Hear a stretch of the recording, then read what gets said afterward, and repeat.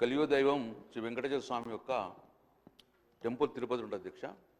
ఈరోజు కూడా చాలామంది కూడా రేపు వైకుంఠ ఏకాదశికి వెళ్తారు అధ్యక్ష.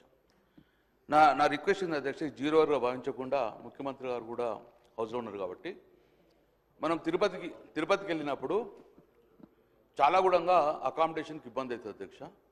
ముఖ్యంగా ఈ డివిజన్ వచ్చిన తర్వాత మనకు అకామిడేషన్ చాలా ప్రాబ్లం అవుతుంది అధ్యక్ష.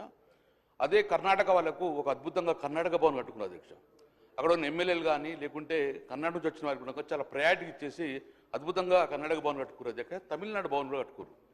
సో నేను రిక్వెస్ట్ చేస్తున్న తెలంగాణ భవన్ కూడా అద్భుతంగా తిరుపతి వాసులో పద్మావతి ఏరియాలో కట్టారని చెప్పుకుంటూ తద్వారా మనకు అకామిడేషన్తో పాటు ప్రయారిటీ ఉంటుంది అధ్యక్ష. తర్వాత అధ్యక్ష, గౌరవ కేసీఆర్ ముఖ్యమంత్రి ఉన్నప్పుడు ముఖ్యంగా తిరుమలతో పాటు శబరిమల కూడా చాలా పవిత్రమైన ప్రాంతం కాబట్టి శబరిమల కూడా మన తెలంగాణ బాగుండాలని చెప్పేసి అప్పుడున్న కేసీఆర్ ముఖ్యమంత్రి మమ్మల్ని పంపడం వల్ల డెలిగేషన్ అక్కడ 5 ఎకరాల భూమిలో మనము చూచుకున్నాం అధ్యక్ష. ఆ గవర్నమెంట్ కేటాయించింది 5 ఎకరాల భూమి.